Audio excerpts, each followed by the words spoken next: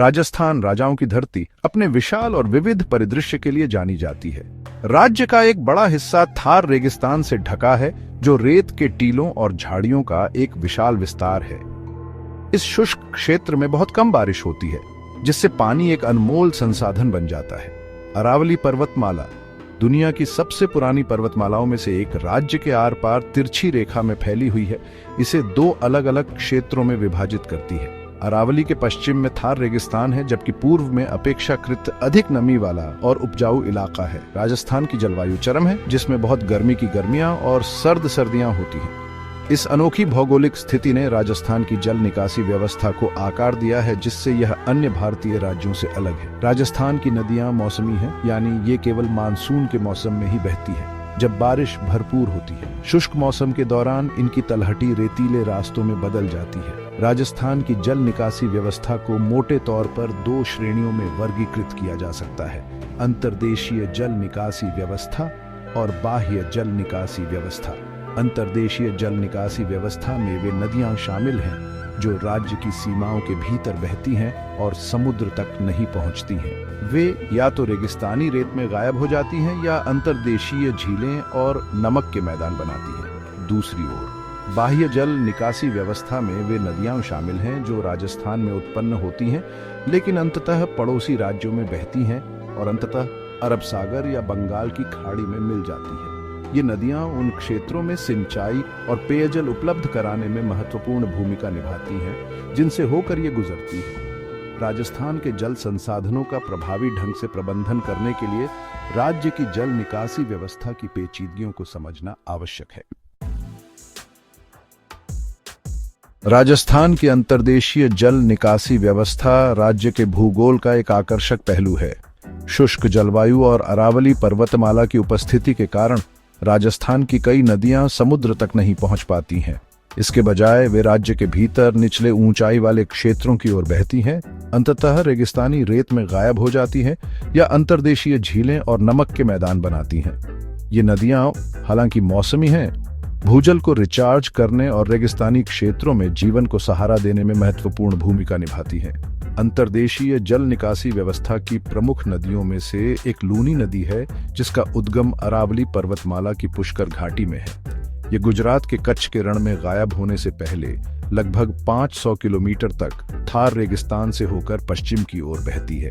लूनी नदी अपने जल ग्रहण क्षेत्र में रहने वाले लोगों के लिए जीवन रेखा है, जो सिंचाई और घरेलू उपयोग के लिए पानी उपलब्ध कराती है।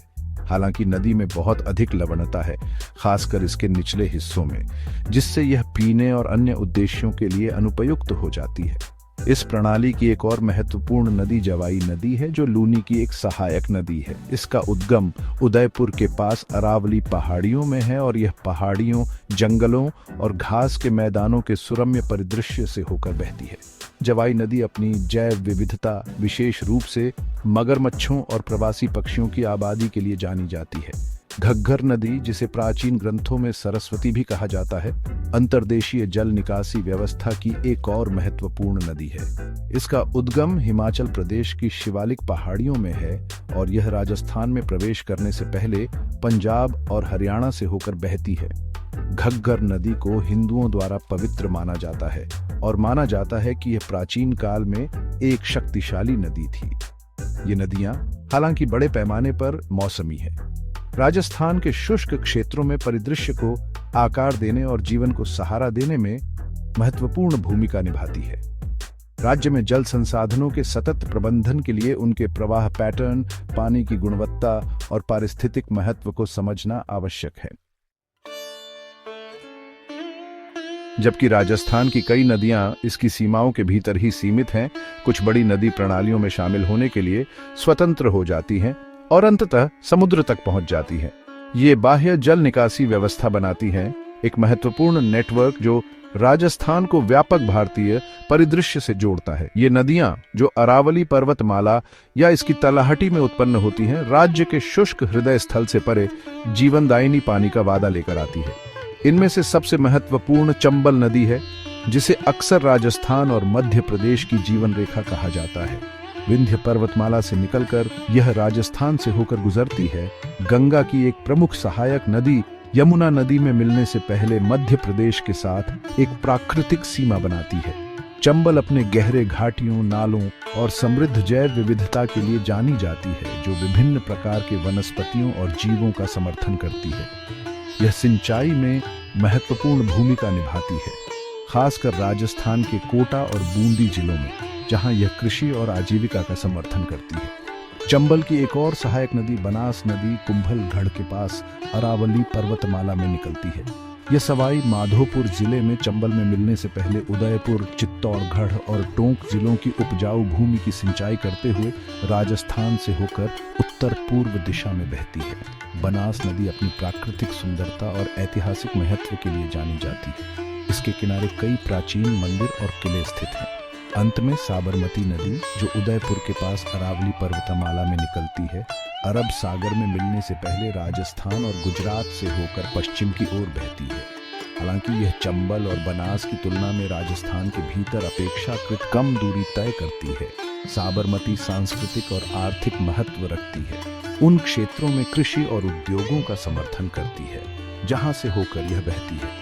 यह महात्मा गांधी के साथ अपने जुड़ाव के लिए भी पूजनीय है, जिन्होंने गुजरात के अहमदाबाद में इसके तट पर अपना आश्रम साबरमती आश्रम स्थापित किया था। बाह्य जल निकासी व्यवस्था हालांकि अपने अंतर्देशीय समकक्ष की तुलना में कम नदियों को शामिल करती है।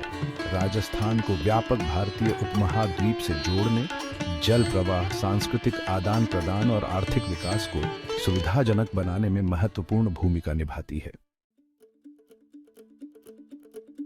राजस्थान की नदियां अंतर्देशीय और बाहरी दोनों इस शुष्क राज्य की जीवन रेखा है।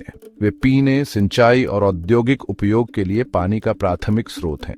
चंबल, बनास और लूनी नदियों के किनारे उपजाऊ भूमि एक संपन्न कृषि क्षेत्र का समर्थन करती है, जो विभिन्न प्रकार की फसलों का उत्पादन करती है, जो राज्य की अर्थव्यवस्था और खाद्य सुरक्षा को बनाए रखती है। नदियां एक विविध पारिस्थितिकी तंत्र का भी समर्थन करती हैं, जो विभिन्न प्रकार के वनस्पतियों और जीवों के लिए आवास प्रदान करती है, जिनमें से कई इस क्षेत्र के लिए अद्वितीय हैं। अपने आर्थिक और पारिस्थितिक महत्व से परे राजस्थान की नदियां अत्यधिक सांस्कृतिक और आध्यात्मिक मूल्य रखती हैं। वे पवित्र संस्थाओं के रूप में पूजनीय हैं।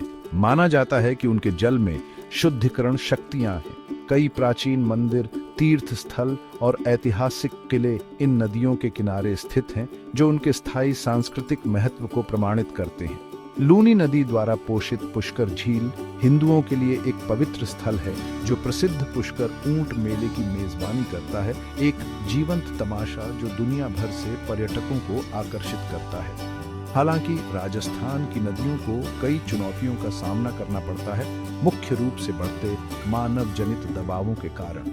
अनियंत्रित रेत खनन, जलग्रहण क्षेत्रों में वनों की कटाई और औद्योगिक अपशिष्टों और सीवेज के निर्वहन से पानी की गुणवत्ता में गिरावट और नदी के पारिस्थितिक तंत्र का क्षरण हुआ है। सिंचाई के लिए भूजल के अत्यधिक दोहन ने जल स्तर को और कम कर दिया है, जिससे कई क्षेत्रों में पानी की कमी हो गई है।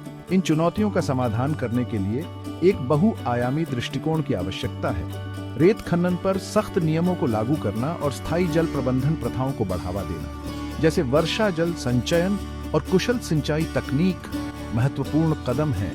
वनीकरण के माध्यम से नदियों के जलग्रहण क्षेत्रों की रक्षा करना और नदी संरक्षण प्रयासों में सामुदायिक भागीदारी को बढ़ावा देना भी आवश्यक है। राजस्थान की नदियों का भविष्य और वास्तव में राज्य स्वयं इस अनमोल संसाधन का स्थायी रूप से प्रबंधन करने की हमारी क्षमता पर निर्भर करता है। इन नदियों के आंतरिक मूल्य को पहचान कर और उनके सामने आने वाली चुनौतियों का समाधान करने के लिए सामूहिक रूप से काम करके हम आने वाली पीढ़ियों के लिए उनके स्वास्थ्य और जीवन शक्ति को सुनिश्चित